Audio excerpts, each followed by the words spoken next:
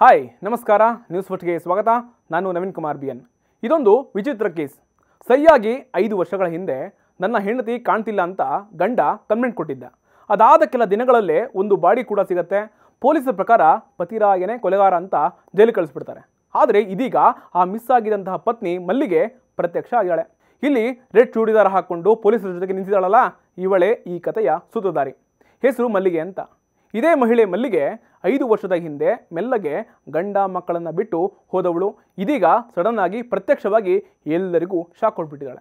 S, ಈ case ಅರ್ಥ ಆಗಬೇಕು ಅಂತಂದರೆ ನಾವು 5 ವರ್ಷಗಳ ಹಿಂದಕ್ಕೆ ಹೋಗಬೇಕು. 2021 ಮನೆಯಲ್ಲಿದ್ದಂತಹ ಮಲ್ಲಿಗೆ ನಾಪತ್ತೆ ಆಗಿಬಿಟ್ಟಿದ್ಲು. ಇತ್ತ ಶಾಕ್ ಆಗಿದ್ದಂತಹ ಗಂಡ ಮಿಸ್ಸಿಂಗ್ ಕಂಪ್ಲೇಂಟ್ ಕೊಟ್ಟಿದ್ದ. ಆದರೆ ದೂರು ಕೊಟ್ಟವನೇ ಕೊಲೆಗಾರ ಪಟ್ಟವನ್ನು ಪಡ್ಕೊಂಡು 2 ವರ್ಷ ನೋಡಿ 2 ವರ್ಷ ಜೈಲಿನ ಶಿಕ್ಷೆಯನ್ನು ಅನುಭವಿಸಿ ಬಂದವನಿಗೆ ಈಗ ನಾಪತ್ತೆ ಆಗಿದಂತಹ ಮಲ್ಲಿಗೆ ಕಾಣಿಸ್ಕೊಂಡಿದ್ದಾಳೆ. 2021ರಲ್ಲಿ ಪತಿ ಸುರೇಶ್ ಕುಶಾಲನಗರ ಗ್ರಾಮಾಂತರ ಪೊಲೀಸ್ ಠಾಣೆಯಲ್ಲಿ ಹೆಂಡತಿ ನಾಪತ್ತೆ ಆಗಿದ್ದಾಳೆ ಅಂತ ದೂರನ್ನು ದಾಖಲು ಮಾಡಿದ್ದ.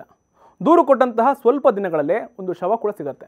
ಅದಾದಮೇಲೆ ಪೊಲೀಸರು ನೀನೇ ನಿನ್ನ ಹೆಂಡತಿಯನ್ನು ಕೊಲೆ ಮಾಡಿದೀಯ ಅಂತ ಆತನ್ನು ಜೈಲಿಗೆ ಕಳಿಸ್ಬಿಡ್ತಾರೆ. ಅದಾದಮೇಲೆ ಕೋರ್ಟ್ ಅನುಮತಿಯಂತೆ ಮಲ್ಲಿಗೆ ತಾಯಿ ಗೌರಿ ಅನುಮತಿಯನ್ನು ಪಡೆದುಕೊಂಡು ಡೆಡ್ ಬಾಡಿಗೆ DNA ಪರೀಕ್ಷೆಯನ್ನು ಕೂಡ ಮಾಡಿಸಿ ಸುರೇಶ್ ಕೈಯಲ್ಲೇ ಅಂತ್ಯ ಸಂಸ್ಕಾರವನ್ನು ಕೂಡ ಮಾಡಿ ಮುಗಿಸ್ತಾರೆ. ಆದರೆ ಶವ ಸಂಸ್ಕಾರ ಮಾಡಿದಂತಹ ಅಸ್ಥಿಪಂಜರ ಹಾಗೂ ಹೆಂಡತಿ ಮಲ್ಲಿಗೆ ತಾಯಿಯ ಗೌರಿಯ DNA ಪರೀಕ್ಷೆ ವರದಿ ಸರಿಯಾಗಿ ಬಂದಿಲ್ಲ ಅಂತ, ಹೀಗಾಗಿ ಹೆಂಡತಿ ಸತ್ತಿಲ್ಲ ಬದುಕಿದಾಳೆ ಅಂತ ಎಷ್ಟೇ ಬಾರಿ ಕೂಡ ಕೋರ್ಟ್ಗೆ ಹೇಳಿದ್ರು ಕೂಡ 2 ವರ್ಷಗಳ ನಂತರ ಬೇಲ್ ಕೊಟ್ಟು ಈಗ ಜೈಲಿನಿಂದ ಬಿಡುಗಡೆ ಆಗಿದ್ದಾನೆ. ಅಷ್ಟಕ್ಕೂ 2021ರಲ್ಲಿ ಪರಸಂಗದ ಪಲ್ಲಕ್ಕಿ ಏರಿದಂತಹ ಮಲ್ಲಿಗೆ ಓಡೋಗಿ ಮತ್ತೊಬ್ಬನ ಜೊತೆಗೆ ಮದುವೆ ಆಗಿರ್ತಾಳೆ. ಆದರೆ ಕಳೆದ ಸೋಮವಾರ ಮಡಿಕೇರಿ ಹೋಟೆಲ್ನಲ್ಲಿ ಊಟ ಮಾಡಿದಂತಹ ವೇಳೆ ಸುರೇಶ್ ಸ್ನೇಹಿತರು ಆಕೆಯ ಫೋಟೋವನ್ನು ತೆಗೆದು ಸುರೇಶ್ಗೆ ಕಳಿಸಿದ್ದಾರೆ. ಅದಾದಮೇಲೆ ಶಾಕ್ ಆದಂತಹ ಸುರೇಶ್ ಪೊಲೀಸರಿಗೆ ಮಾಹಿತಿ ಕೊಟ್ಟಿದ್ದಾನೆ. ಆಕೆಯನ್ನು ಮೈಸೂರು ಕೋರ್ಟ್ಗೆ ಹಾಜರುಪಡಿಸಲಾಯಿತು. ಅತ್ತ 2 ವರ್ಷಗಳ ಕಾಲ ಜೈಲು ಶಿಕ್ಷೆಯನ್ನು ಅನುಭವಿಸಿ ಹೊರಬಂದಂತಹ ಸುರೇಶ್ ಕತೆ ಏನು ಅನ್ನೋದು ಕೂಡ ಈಗ ಪ್ರಶ್ನೆಯಾಗಿದೆ.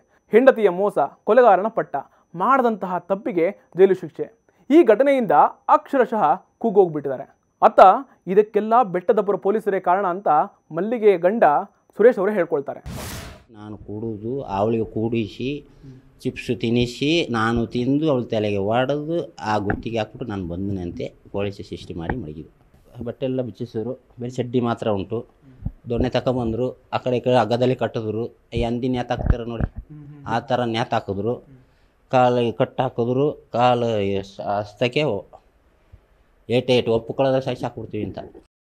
ಇನ್ನೊಂದು ಕಡೆ ಈಕೆ ನನ್ನ ಮಗಳು ಮಲ್ಲಿಗೆ ಅಲ್ಲ ಅಂತ ಹೇಳ್ತಿದ್ರು ಬಲವಂತವಾಗಿ ಅಳಿಯ ಸುರೇಶ್ ಹತ್ರ ಅಂತ್ಯ ಸಂಸ್ಕಾರವನ್ನು ಮಾಡಿಸ್ಬಿಟ್ರು. ಒಡೆದು ಬಡೆದು ಪೊಲೀಸರೇ ಸುಳ್ಳು ಕಥೆಯನ್ನು ಸೃಷ್ಟಿಸಿಬಿಟ್ರು ಅಂತ ಮಲ್ಲಿಗೆ ತಾಯಿ ಗೌರಿ ಹೇಳ್ತಾರೆ, ಕೇಳಿ. ಅದ್ರ ಇಂಟ್ರೆಸ್ಟ್ನೇ ಇಲ್ಲ, ಎಲ್ಲ ಜೀವಾಗಿದ್ದಾಳೆ ಅಂತಾನೆ ನಮಗೆ ಅನ್ನಿಸ್ತಾ ಇತ್ತು. ಇವರು ಬೇಕು ಅಂತ ಹೇಳ್ಬಿಟ್ಟು ಮಾಡ್ರ ಕೆಲಸ ಬೆಟ್ಟದಪುರ ಪೊಲೀಸಿನವರು. ಈಗ ಕೊಲೆ ಮಾಡಿದ್ರೆ ಈಗ ಜೀವಾಗಿ ಬಂದಿದ್ದಾಳೆ ಅಲ್ಲ, ಇಲ್ಲ ನಿನ್ನ ಅಳಿಯನೇ ಕೊಲೆ ಮಾಡಿದ ಅಂತ ಪೊಲೀಸಿನವರು ಎದುರಿಸಿ ತಾನೆ ಆ ರಿಪೋರ್ಟ್ನ ತೆಗೆದು ಅಲ್ಲಿ ಮಡಗ್ಬಿಟ್ಟು ಹೇಳಿದ್ರು, ರಿಪೋರ್ಟೇ ಹೇಳ್ತಾ ಉಂಟಲ್ಲಮ್ಮ ಅಂತ ಹೇಳಿದ್ರು. ಅತ್ತ ಸುರೇಶ್ ಪರ ವಕೀಲರು ಕೂಡ ಈ ಘಟನೆ ಬಗ್ಗೆ ಅನುಮಾನವನ್ನು ವ್ಯಕ್ತಪಡಿಸ್ತಾ ಇದ್ದಾರೆ. ಈ ಕೇಸ್ನಲ್ಲಿ ಪೊಲೀಸರು ದಾರಿ ತಪ್ಪಿಸಿದ್ದಾರೆ. ಹಾಗಾದರೆ ಆ ಡೆಡ್ ಬಾಡಿ ಯಾರದು? ಇದಕ್ಕೆಲ್ಲ ಉತ್ತರ ಸಿಗಬೇಕು ಅಂತ ಸುರೇಶ್ ಪರ ವಕೀಲ ಪಾಂಡುರಂಗ ಅವರು ಆಗ್ರಹ ಮಾಡಿದ್ದಾರೆ. ಕೊಟ್ಟು ಒಂದು ಕ್ರೂಯಲ್ಟಿಯಿಂದ ಆ ಕ್ರೂಯಲ್ಟಿ ಕೊಟ್ಟು ಆತನಿಗೆ ಕರೆಂಟ್ ಶಾಕನ್ನು ಕೊಟ್ಟಿದ್ದಾರೆ. ಆತ ತೋರಿಸ್ತಾನೆ, ನಿಮ್ಗೆ ಅದನ್ನು ನೋಡಿದ್ರೆ ಕರೆಂಟ್ ಶಾಕ್ ಎಲ್ಲಿ ಕೊಟ್ಟಿದ್ದಾರೆ ತೋರಿಸ್ತಾರೆ. ಪ್ರತಿ ಹೊಡೆದಿರೋ ಎಲ್ಲೆಲ್ಲಿ ಪ್ರೈವೇಟ್ ಪಾರ್ಟ್ಗೆ ಹೊಡೆದಿದ್ದಾರೆ, ಒಪ್ಪಿಸಿದ್ದಾರೆ. ಮತ್ತು ಈ ಯಾರೇ ಸಾಕ್ಷಿ ವಿಚಾರಣೆ ಮಾಡಿದ್ದಾರೆ ಯಾರೂ ಅವ್ರು ಕರೆಕ್ಟಾಗಿ ಹೇಳಿಲ್ಲ.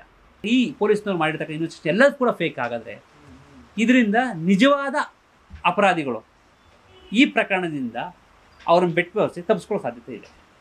ಇದೀಗ ಕೋರ್ಟ್ ಮೈಸೂರು SP ವಿಷ್ಣುವರ್ಧನ್ಗೆ ವರದಿಯನ್ನು ಕೊಡುವಂತೆ ಸೂಚನೆ ಕೊಟ್ಟಿದೆ. ಹಾಗಾದರೆ ಮಲ್ಲಿಗೆ ಬದುಕಿದ್ದಾಳೆ. ಅಂದು ಸಂಸ್ಕಾರ ಮಾಡಿದಂತಹ ಆ ಮಹಿಳೆ ಆದರೂ ಕೂಡ ಯಾರು? ತನಿಖೆ ಯಾವ ರೀತಿ ಆಗಿದೆ ಅನ್ನುವಂತಹ ಆಯಾಮಗಳಿಂದಲೂ ಕೂಡ ತನಿಖೆ ಆಗಬೇಕಾಗಿದೆ. ಇಲ್ಲಿ ಪೊಲೀಸರೇ ದಾರಿ ತಪ್ಪಿಸಿದ್ರಾ? ಕಾಣದಂತಹ ಕೈಗಳು ಕಳ್ಳಾಟವನ್ನು ಹಣವನ್ನು ಮಾಡ್ತಾ ಇದ್ದಾರಾ ಅನ್ನುವಂಥ ಪ್ರಶ್ನೆ ಯಕ್ಷ ಪ್ರಶ್ನೆ ಆಗಿದೆ. ಲೇಟೆಸ್ಟ್ ಟ್ರೆಂಡಿಗಾಗಿ ನೋಡ್ತಾ ಇರಿ ನ್ಯೂಸ್ ಫಸ್ಟ್, ನಿರ್ಭೀತಿಯಿಂದ ನಿಮ್ಮ ಪರವಾಗಿ.